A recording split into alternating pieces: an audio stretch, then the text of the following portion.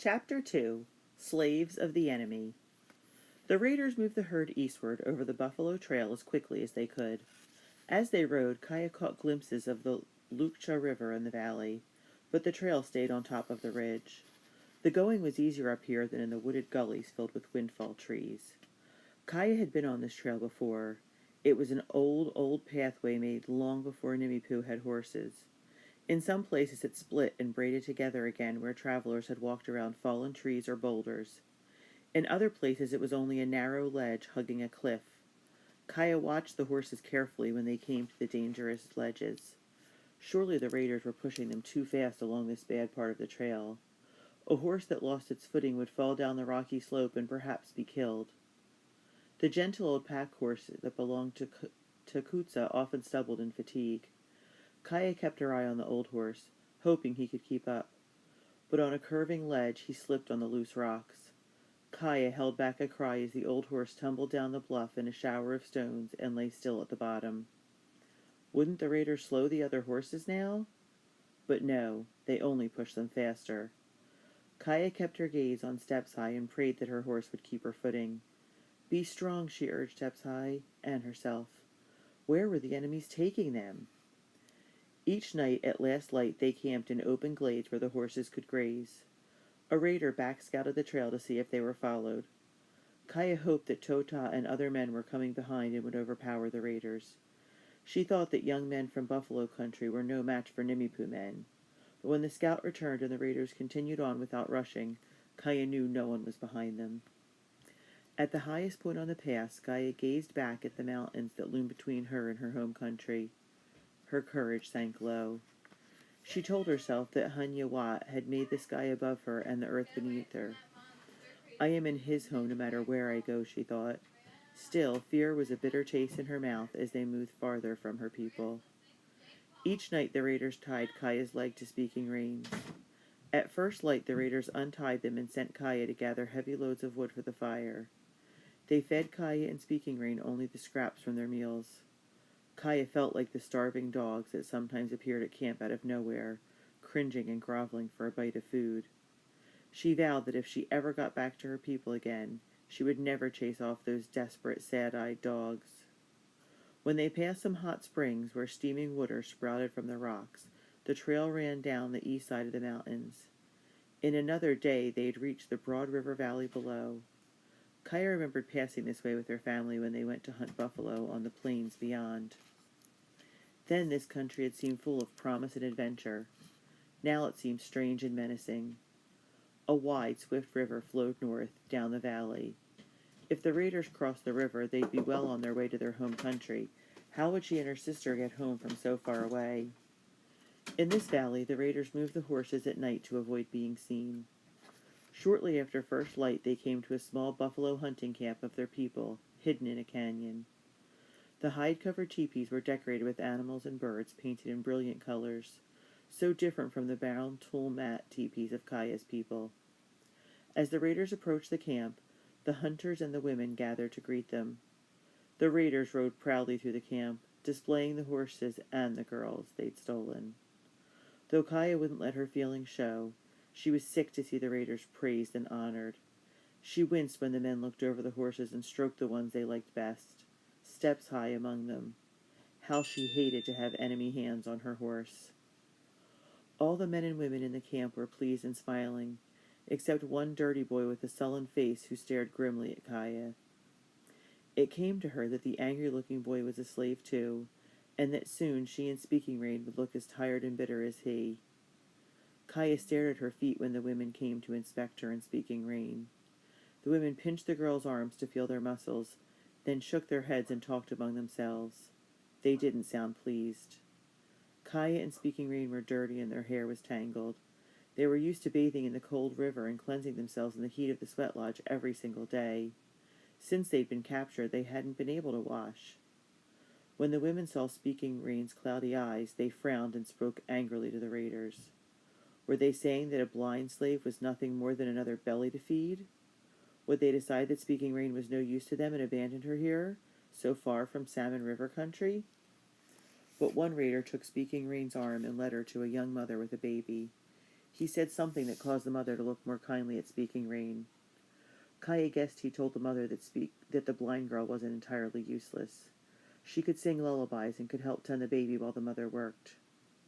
Kaya hoped they'd soon realize what a skilled cord maker and weaver Speaking Rain was, too. One of the older women, with gray hair and a lined face, led Kaya to her teepee. Bold designs of otters were painted on the teepee in bright yellow and red. Kaya thought of the old woman as Otter Woman. She sat Kaya down and gave her buffalo meat to eat. When Kaya had eaten, the woman took Kaya to where the other women were cleaning hides. She handed Kaya a sharp-edged rib bone and made a scraping motion. She wanted Kaya to scrape the fat and meat from a hide that was staked to the ground. Kaya had often helped Kutsa clean hides. She knelt by the buffalo hide and began to scrape at it with the rib bone. Otter Woman watched her work for a little while, then nodded in satisfaction. Kaya scraped even harder until her shoulders ached and her arms were sore. She vowed to work twice as hard in order to make up for Speaking Rain. Somehow she must protect her sister. When night came, Otter Woman led Kaya and Speaking Rain into her teepee. She spread hides for them beside her sleeping place and motioned for them to lie down. Taking a thick rawhide thong, she tied it around Kaya's ankle and then around her own. She made the knots tight so Kaya couldn't untie the thong and run away. She didn't bother to tie up Speaking Rain. A blind girl wouldn't try to escape. Speaking Rain pressed against Kaya's side. "Be strong," Kaya whispered to her. Otter Woman gave her a sharp pinch that meant, "Hush, go to sleep." Kaya clenched her teeth and vowed she would not cry, not even in the dark. But how could she sleep when her heart was aching so badly? She and Speaking Rain were slaves. They might never see their people again. At first light, Kaya was sent to gather firewood. She watched the hunters ride away from camp to hunt buffalo in the valley. Later in the day, when the men returned with the buffalo they had killed, they gave the meat and hides to the women. Otter Woman set Kaya to work and led Speaking Rain to sing to the baby. All day the women worked, cutting up the meat and hanging the strips on poles to dry. They scraped and tanned the hides, wasting nothing.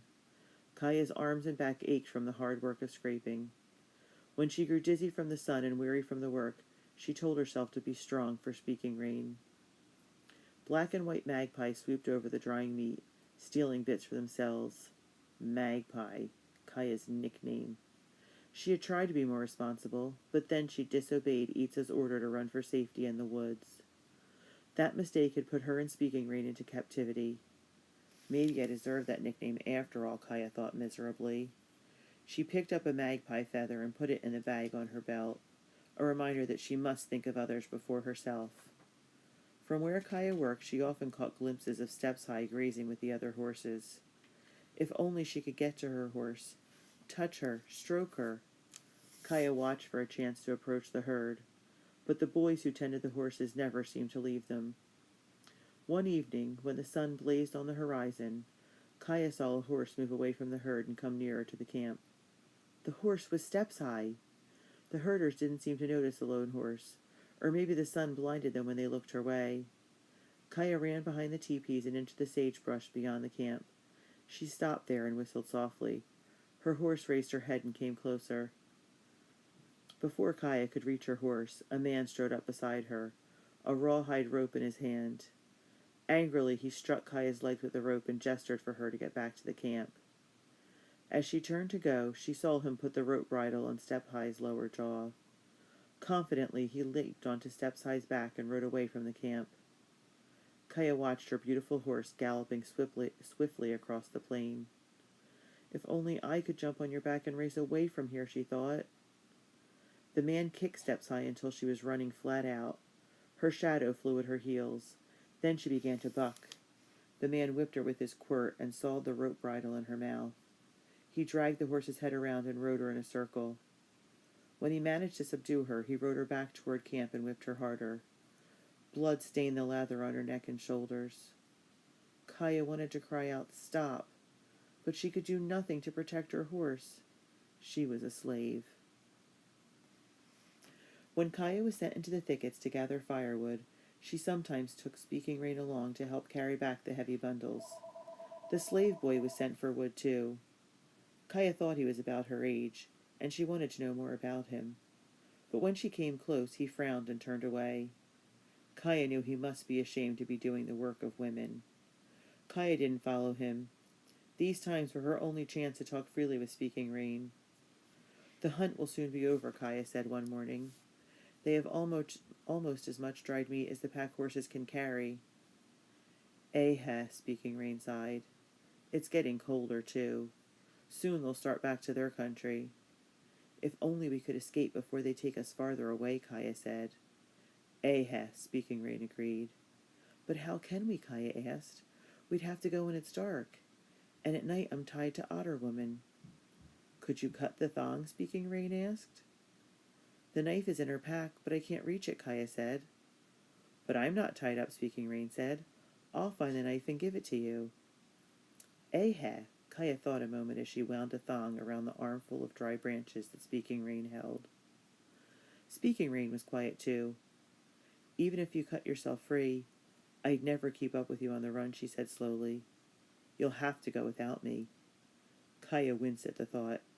I'd never do that, she said. She'd gotten her sister into this, and she couldn't leave her here as a slave. You have to leave me, Speaking Rain's voice was firm. You must escape so you can bring others back to get me. Kaya pressed her fingertips to Speaking Rain's lips. Don't say that. How could I go without you? Because it's our only hope, Speaking Rain said. Kaya lifted a bundle of wood onto Speaking Rain's back and took the second bundle onto her own. But even if I escaped, could I get to Salmon River Country before snow falls? She asked. Speaking Rain was quiet for a moment, thinking. Could you take your horse? She said. You travel much faster on Steps High. They'd be sure to see me if I try that, Kaya said. I'd have to slip away on foot. But if I go on foot... Her head was spinning. I don't know what to do. Help me. Think, Speaking Rain said. If Kutsa were captured, what would she do? Kaya blinked. She knew the answer to that. Kutsa would try to escape. Speaking Rain said. We must start hiding some of our food for your journey. As they trudged back to the camp, Kaya's mind raced with questions. How can I leave my sister behind? What will happen to Steps High? Then a more terrifying thought came to Kaya. What if I escape but I'm captured again? What would the enemies from Buffalo Country do to me then? When Kaya came back to the camp from scraping hides that day, she saw the skinny slave boy tending a fire. There were burrs caught in his hair, and his only clothing was a ragged breechcloth and worn moccasins. As she came near him, he motioned for her to stop. He glanced around, then with his hands he threw her the words, Do you speak sign language? Kaya had learned how people talked with gestures when they couldn't speak each other's language. She answered with her hands. I speak sign language. What tribe are you? He signed. She pointed to herself, then swept her hand from her ear down across her chin. I am Nimipu, her hand said. What tribe are you? I am Salish, she signed. Then he ducked his head because others came near. Kaya went on to the otter teepee, but her thoughts were on the boy. Her people had many friends among the Salish. Nimipu often fished and traded with the Salish. Some had even married Salish men and women. Perhaps she and this boy could find a way to help each other. The next time she had a chance, she picked up some sticks and took them to where the boy was building a fire. Placing the sticks by his feet, she crouched beside him. Would he frown and turn away again? Instead, he met her gaze. Maybe he, too, had been thinking they might help each other. She threw him the words, What are you called? I am called Two Hawks, he signed. She signed to him, I am called Kaya. Kaya, she said out loud. He narrowed his eyes and said slowly, Kaya? She nodded. Then she had an idea. Perhaps she and Two Hawks could escape together. Two would have a better chance to make it back to the Buffalo Trail and over the mountains than one traveling alone. Would he come with her? And could she trust this boy? She wished she could know him better before she risked telling him her plan. He might betray her to the enemies in the hope of being rewarded with more food. Kaya watched for a chance. It came when she and Two Hawks were sent to bring cooking water from the river. When Kaya was sure no one could see them in the reeds by the river, she signed, "How long have you been a slave?" "I've been a slave for a long time," he answered. "I was captured in a raid on our village. I don't know where my family is, or even if anyone is alive." Kaya glanced over her shoulder. They were still alone, but it wouldn't be long before others came here for water. This could be the only chance she'd have to tell him her plan. She'd have to take the risk. "Pay attention to me," she signed. "I am going to go to Nimipu country. Soon. Come with me to my family." His dark eyes bored into her. Then he threw her the words, "I want to go to Nimipu country with you." Though his solemn expression gave away nothing, she realized he understood. "We will need hides. We will need food," she signed. He shook his head. "No, let's go now." Kaya frowned. This foolish boy, she thought. If he acted recklessly, he'd put them both in danger. Didn't he know they'd have to wait for a dark night when they couldn't be seen? Didn't he realize they must plan ahead if they were to make it back safely? "Be patient," she signed. "I'll give you a signal." "Now," he repeated. Then he pointed to the horse herd not far downstream. Kaya looked. Men were separating a few horses from the herd. Other men were tying bundles of buffalo hides onto the back of the horses. She saw that Steps High was one of the horses carrying a load of hides. "What are they doing with those horses?" she signed. "I understand their words a little," he signed. "They're going to trade those horses and hides to another hunting party. Then they'll leave for buffalo country. Soon. We must run away now." Kaya's mind was whirling. Steps High was going to be traded away. Even now the men were riding off with the loaded horses. Steps High tossed her head and whinnied. She trailed behind the others as if she knew she was being taken far away from Kaya. Grief was a knife in Kaya's chest as she watched her beloved horse disappear over the rise.